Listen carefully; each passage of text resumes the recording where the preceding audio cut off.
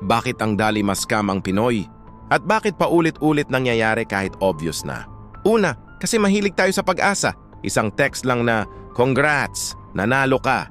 Kahit never ka naman sumali, baka sakali pa rin tayo. Pinoy culture is built on hope, pero minsan, hope ang ginagamit para mauto tayo. Pangalawa, masyado tayong trusting.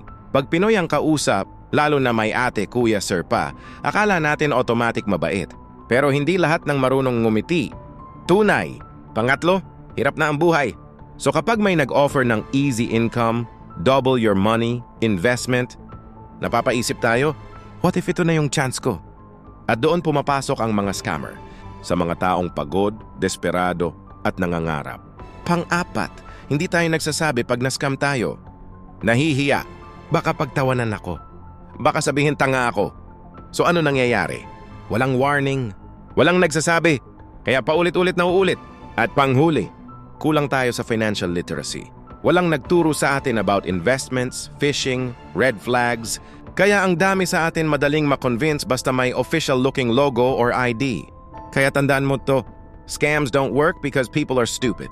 Scams work because scammers know exactly where people are vulnerable.